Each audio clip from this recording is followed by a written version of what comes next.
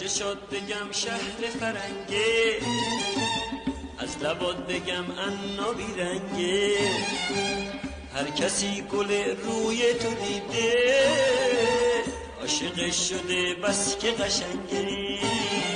چقدر قشنگ چقدر تو خوشگل هستی، دست تموم خوشگلارو بستی. چقدر قشنگ چقدر تو خوشگل هستی، دست تموم خوشگلارو بستی.